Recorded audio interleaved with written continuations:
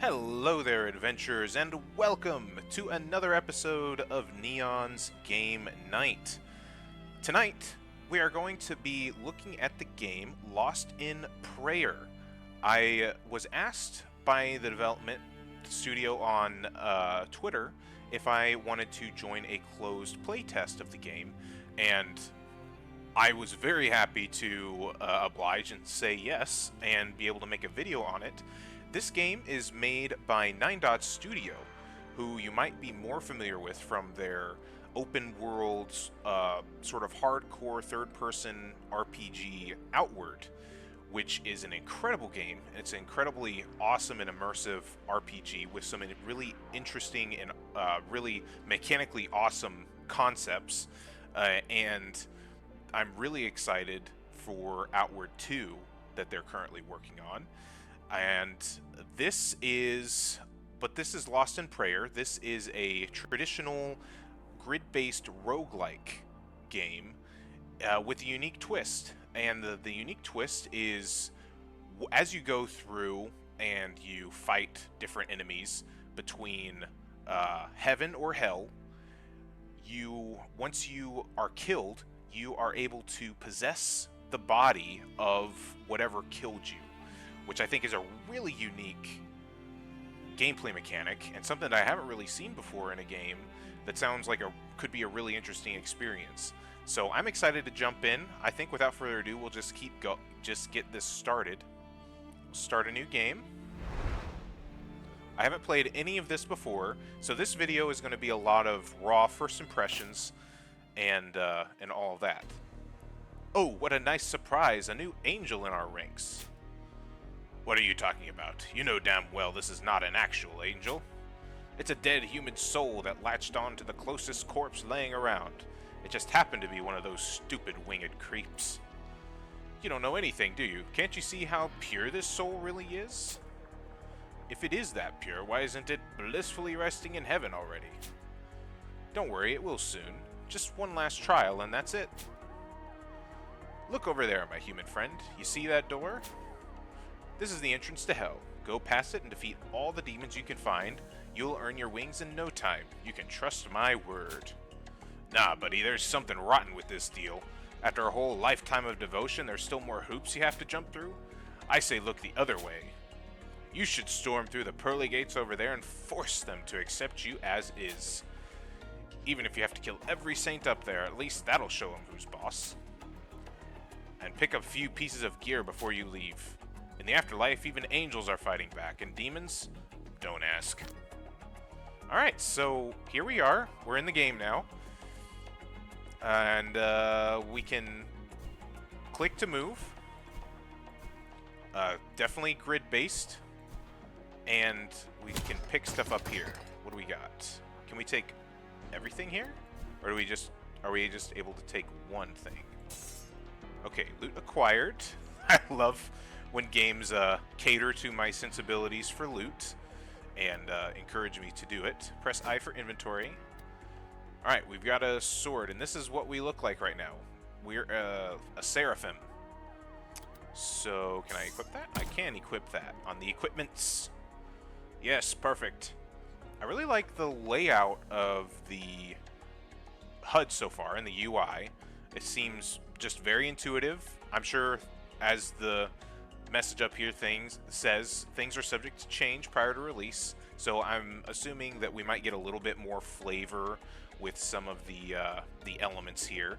But overall, I think the layout is good. It gives you all the information that I feel like I want right now, and it is really legible. So that's all I'll say about that right now as we get going. And we picked up something else there. What did we pick up? A large myrtle ointment. Can we... Ooh, we can R, rotate it. Or F, flip it. Interesting. Can I see what it does? I can't seem to... Oh, gosh. I just used it. Yikes. We probably would have wanted that at some point. But... oh, well. Yeah, see... did I just miss it? I definitely might have just missed the description over on the side, but I don't know. It didn't seem that there was a description. If there isn't, that would be something that would be really nice to have available in the same way that it does for this equipment here. Although, I'll be quite honest, I'll probably play the video back and it'll be there and I'll look like an idiot, but here we go. So there's a passive bonus on here to skip the line. Get a chance to act twice in a row from time to time. That's also really nice. So I like that we can see our character and we can see things that we equip on our character. I always like that in games. It's always a bit disappointing sometimes when you're never able to see actually what your character's gear looks like, you know? So we have a choice here. As the game kind of set up, you have this dilemma of being able to storm the gates of hell or storm the gates of heaven. So it seems like we're some kind of human soul that is trying to gain entrance into heaven. And to do that, we can either do as the angel says and storm hell, or do as the little demon over here says, the little demon on our shoulder says, and go over and just force our way into heaven, as we are in purgatory, it looks like. And I'm imagining at some point... yeah, what do we have here? Can I zoom out the... I can zoom in, but this is as far as I can zoom out. So it looks like there will be more things that happen here. Oh, okay, you can press and hold, and that also helps with moving. I kept thinking that if I press, like, this tile, that is where my character would go. That's not the case. You kind of have to press and hold to get them to go anywhere. No directional movement with WASD or the directional buttons, so just keep that in mind. Right, so I think we're just going to go and follow what the angel said, and we'll go over this way and storm hell. It's not like that's never a bad idea, is it? And alright, so we can also pick up the map here. This is the map. It can go big like that. It can go all the way down. It can have a mini map. Can you move around when it's like that? Yes, you can. You can move around with the map like that. That is all good. Options are good. We like options. Like the option of going to hell. Let's do it.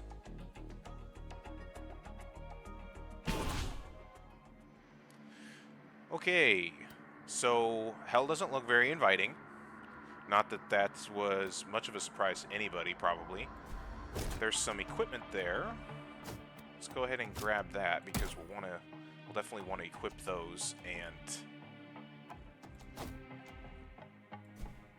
have as much as we can. Okay, ouch. We got hit. What do we have here? Bash, strike a foe next to you, grapple. Oh, what can we do? We can hold a foe in place, shove. We can push a foe away. Can I go this way? Okay. Now, if I was to grapple this guy, can I throw him into that pit? I can! Hey! Alright, and we leveled up. But this isn't great because we have this guy here. Oh, but if we go there, I was just looking at, if we go there, we could probably shove him into the lava. But then it could shove me into the lava as well. So I don't know if we're going to want to do that. Can we... Just go ahead and do this. We'll just attack it. Wait to see what it does, or did it already do? Can I do something else? I can do something else. Okay, cool. What do we got here? A Lust Rod. It gives attack 4. Get a chance to copy any trap that you land on and duplicate it under every foe. That's pretty nice. But I kind of like the dual of the Patience Rod, so I think we'll keep that. But let's see what this level up can do for us. Alright, pretty decent looking skill tree. It's a bit overwhelming when you first look at it. I'm not quite sure where I can start. Alright, so this is the stuff that we already have. We have Halt, we have Grapple, and we have Bash. It's not immediately clear, just in terms of like how light this blue is, like that this is where I can start. Some of there could be a bit of a more indication with some highlighting, I think, that goes to show that like, hey, we have this. I can see it now, but when you're just looking at it initially, it's kind of hard to tell which skills we already have bought and which ones we can buy next. I just think that the coloring of them right now is too muted.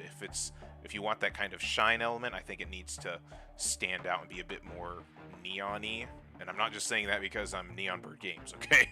I promise. That was just sort of my initial read on things. So, I think Grapple was very useful. And so this would increase our range and allow us to pull twice. Okay. And we have the... What was it? The Shove skill? Or is it Bash, Halt? Shove. That's because of the weapon that we have. So... And we get 500 skill points. Okay, so you can actually purchase a couple things, can't we? So let's go ahead and do Ruthless. I think we'll pick Ruthless. And I'd like to upgrade the Grapple. Is there anything else that we might want to do?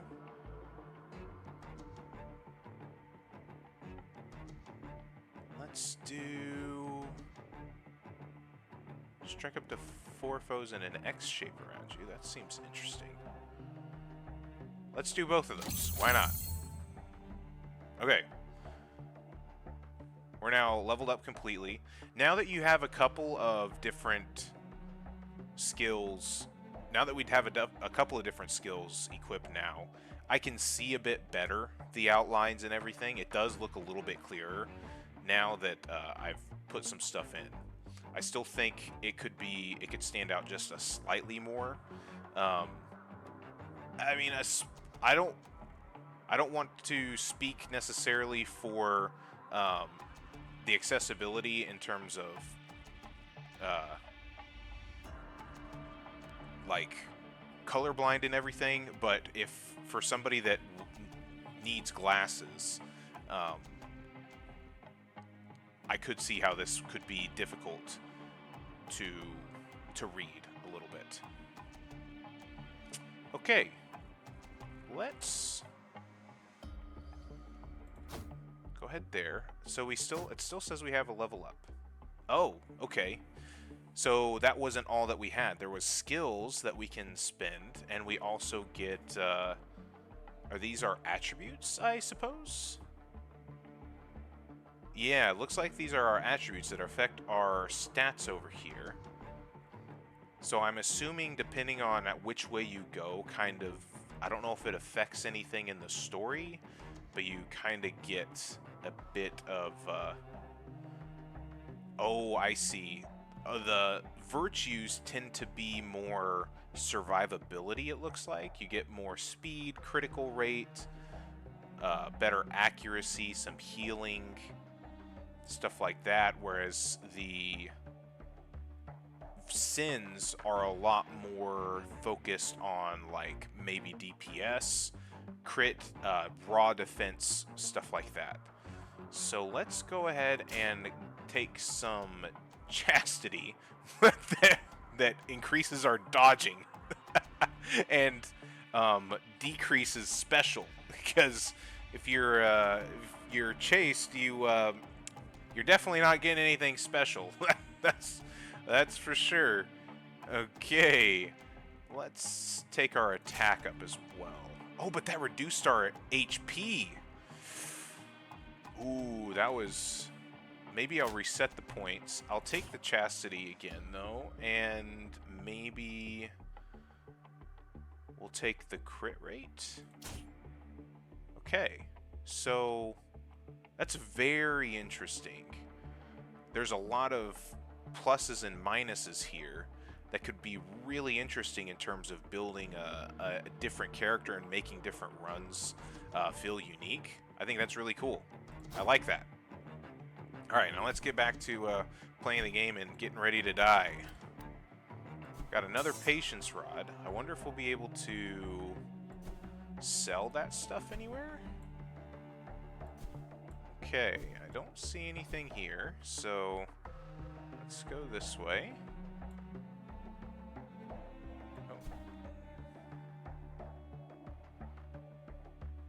Okay, so apparently I can fly over the lava, and that's fine.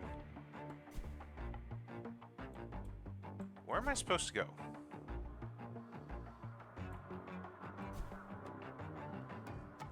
Here's a door. And we got more enemies. Okay. Let's see if we can come here.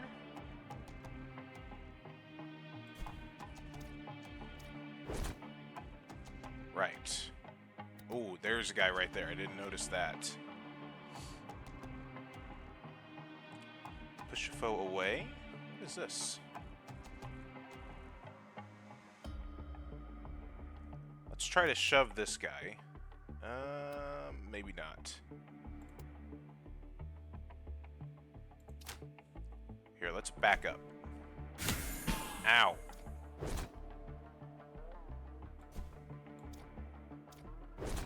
Okay.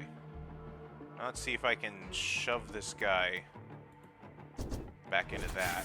Okay, that caused some damage. That was good. And then... yeah, that doesn't work. That doesn't work.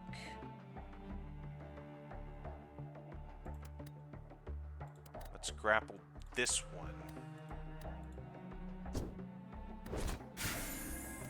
And we'll hit him. Oh no. That didn't look good. Okay, can I do it again? Okay. Just keep attacking him, I guess. Ow. That's not good. Not good.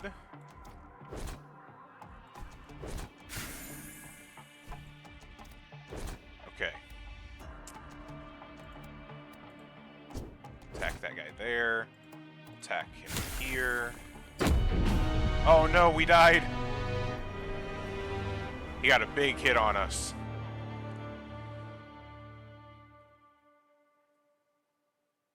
Okay, so now that we have died, we saw that the spirit went and kind of possessed that other enemy. Alright, so now what do we do? So now we're here, and I guess we're back to an empty inventory. We're back to having no skills and no sins and virtues. Okay. That's interesting. What happens here? Okay, so the tormented husk is not functional. Normally it looks... oh, I guess I can. So you can take over as that particular character, and now I have a different suite of skills. Strike a foe so hard that you also hurt yourself. 30% damage to yourself. That is interesting. They only have one skill, though. That does make me wonder what the point is of having some of these creatures if they're just obviously worse. Because can we even equip these things? We can.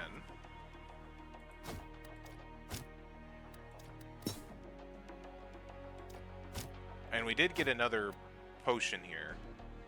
Okay, it does not tell me what that does. Which I think would be nice to have, is some way to tell us. Unless I'm missing one of the controls. Skills tree, log console, wait for a turn. No, it doesn't look like it. There's nothing that indicates that I can actually tell what this does. And maybe there's no point. Maybe there's only one type of potion and it heals your HP and that's all that needs to happen. But now that we got this guy, let's go ahead and give hell another try.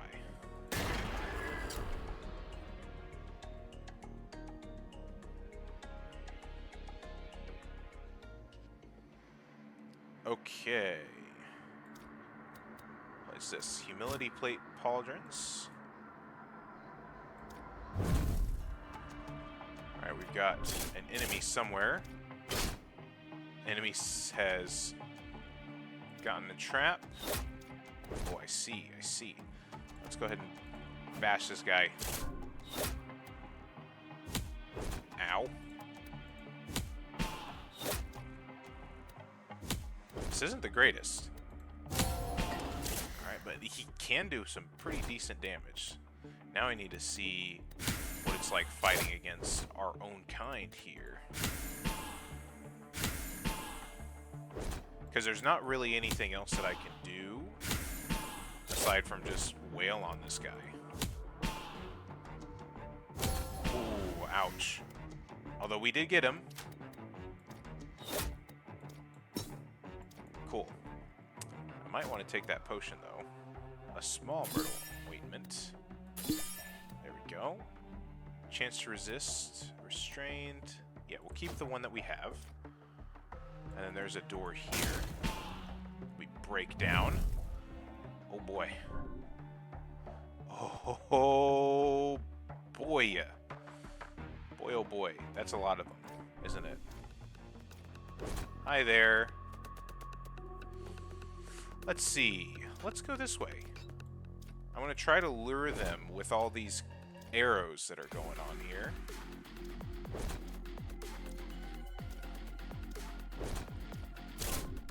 It doesn't seem like the... There we go.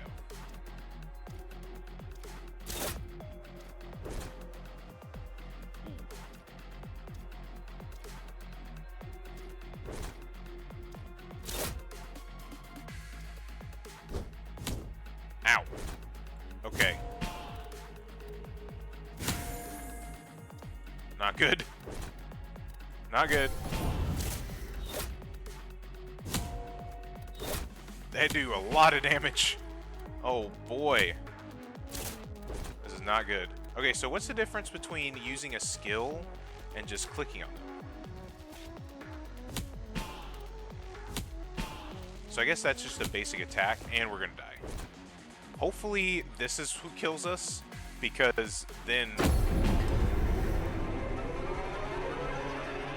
And it does look like that. Okay. Or was it the similar thing that killed us? Yeah, no, it was a similar thing that killed us. And not anything different. Alright, that's interesting. So, what if we go and do some stuff in heaven? Does that make much of a difference? Let's do it as the Seraphim again. And let's pick up this stuff.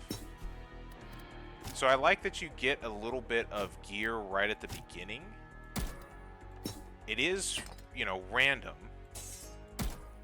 But it does seem to be, like, more than it is in other cases.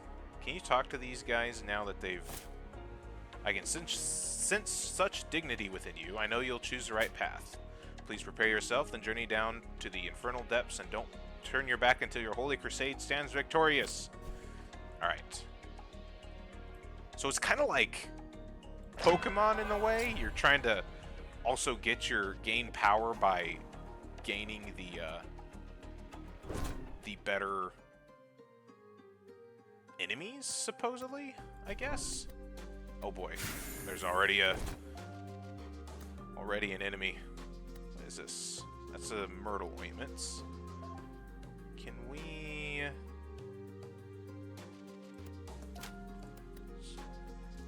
No, let's just get closer to you. Ow. There's a flower. There's a murder flower.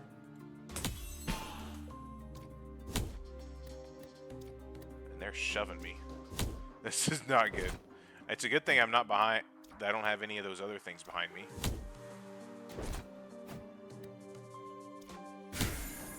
Okay.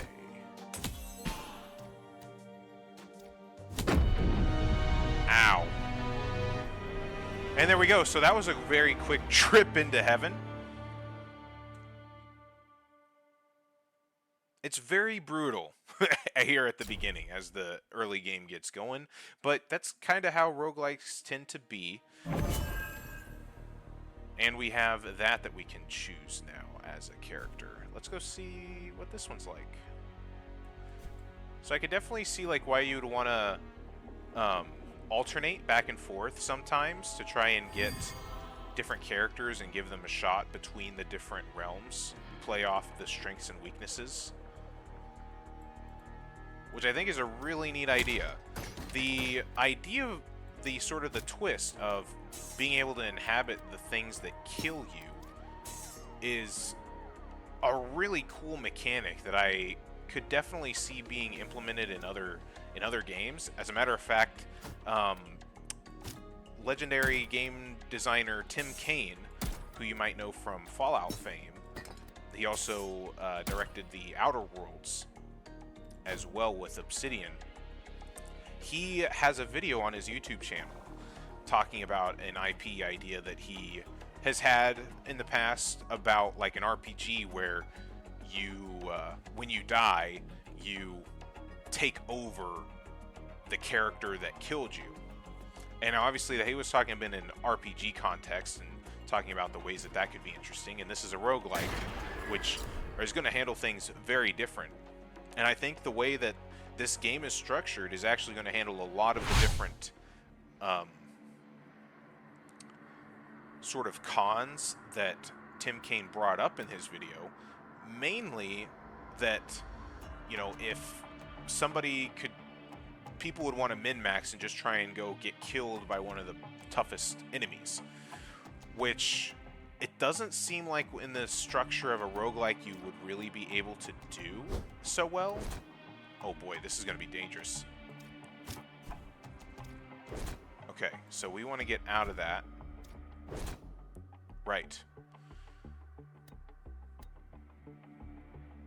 We can charge, rush forward, strike up foe, and push it away. Alright, so that took a good amount of health there. Whew! And we're good there. Make yourself follow any foe that moves without wasting a turn. I want to push you away. Get out of my way there.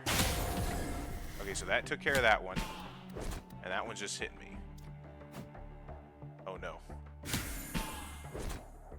We're already doing not too well. Let's drink that potion. And push them back. And it doesn't... Golly, he's not... There we go. Looks like this guy's gonna get us. Oh no, we got him. Ooh, very nice. What is this? Defense. Boost your attack by unleashing several strikes in a row.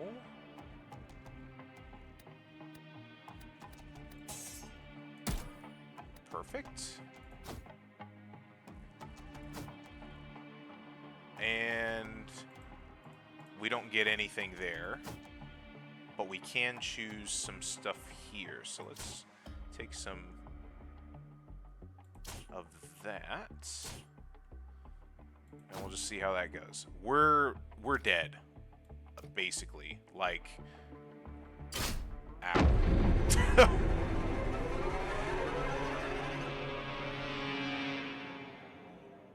Death by trap. So what happens then? Okay.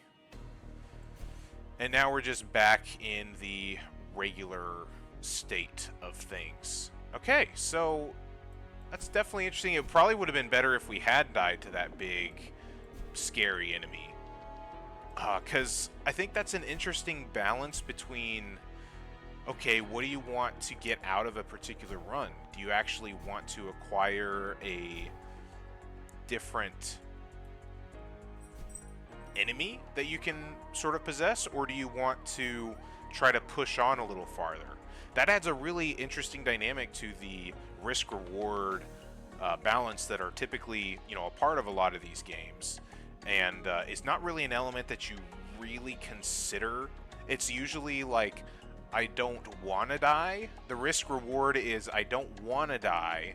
I want to stay alive. Should I play it safe and go and get healing, or should I try to push forward? Whereas this, it's almost like, should I try to die or push forward? Which is a really cool twist on that kind of mechanical relationship that you have with dying.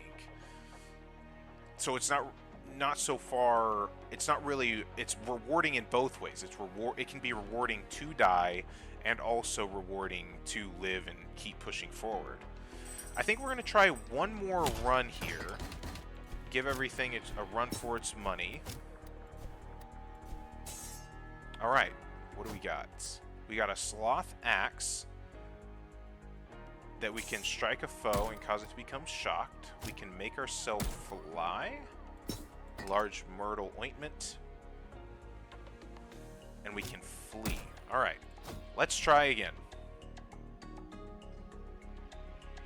I gotta say, the mechanics are already interesting enough that it's got me in that one more try mindset, which is a really good thing.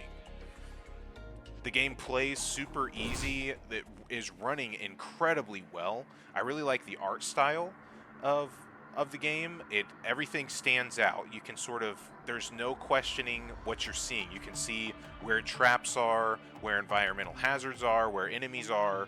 Like, the game is extremely well presented in that aspect, and I think they should be commended with that. And I'm excited to see like how things might shape as the game goes along even more. Particularly in the UI elements, I think the UI is laid out really nice. If there's, some extra just flavor with it, it's already a really nice UI is what I'm trying to say. So there's a chastity cleaver on the ground. Do we try and get it, or do we try to position? I really wish I could zoom out a bit more so that I could see where enemies are. I know that's might be part of the strategy element, but it kind of sucks not knowing where the enemies are at. Okay, well, there's everything there. There's that guy. Let's...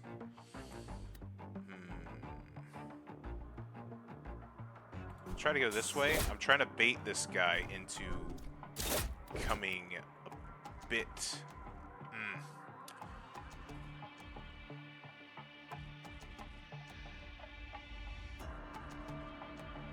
Come on. I'm trying to figure out how I can use this environment to my advantage. Because this is the other thing, too, that I'm really enjoying, is being able to see these battlefields and see all the different ways that the environment can play into effect. You had the crossbows going. That can be a big contributing factor to different things. You have all these pits that you can, as we saw in the very first thing, we pulled an enemy into. It looks like we would be able to like push them into that. do we have anything that would make them strike a foe next to you? Nothing that sends them away, but we have stuff that could grapple. So grappling would be useful. Let's see if we can't go away a little bit. Alright, we got him to get the trap, which is great. And ooh, I don't know. Let's see if we can bring him this way.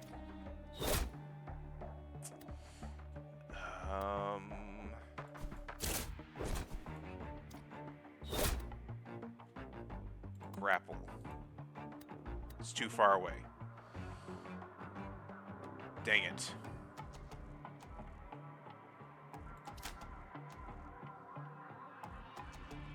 I can halt the foe in place. Though, and go right there. Now can I grapple him and pull him through? No, I can't. Okay, so there's some things I can't do. I'm still trying to see what all I'm able to do with our different powers, and doesn't seem like I can honestly do too much.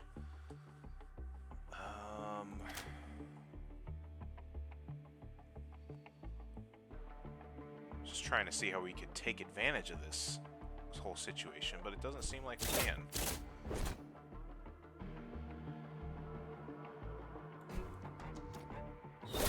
Alright, he's coming. Let's just go ahead and bash him. There. Ow. Hit him again. Oh, he hit us right, right for the last bit of our health. Oh, man. This game is pretty hardcore. But crucially, like I said, it really nails the feeling of wanting to do just one more try. The runs aren't like long and tedious or like require a ton of like headspace. You can kind of just come in and experiment and kind of get some creative juices flowing with different runs, and I really like that element. It's always hard for me sometimes with some roguelikes because sometimes it can be so skill intensive on the player side that you have to get into a really like dedicated mindset to be playing and grinding through those runs. And when a run ends, sometimes it can just have been so draining that you're like, man, I don't know if I've got another one in me right now. But this has a really good element of you can really put a lot of thought into your moves. You can also just kind of hop in and start experimenting with things, which I really like, and lends to that feeling of like, yeah, I can do another run, why not? So I honestly did not get very far. I'm not the best at roguelikes. I don't claim to be very good at these kinds of games. I do enjoy them from time to time. There's several different kinds of roguelikes that I enjoy and have liked in the past, especially ones that have unique twists, kind of like this game has. So it's definitely one that I'll probably... I've got the playtest open until... Let me see when this playtest is supposed to end. The playtest is live until the 17th of September. So I don't know when you'll be seeing this video, but as I'm playing this, it's September 6th, just the day after the closed playtest went live. Over the course of the playtest period, I plan to play a decent amount of this and to be able to give a separate video afterwards with a bit more thoughts, with a bit more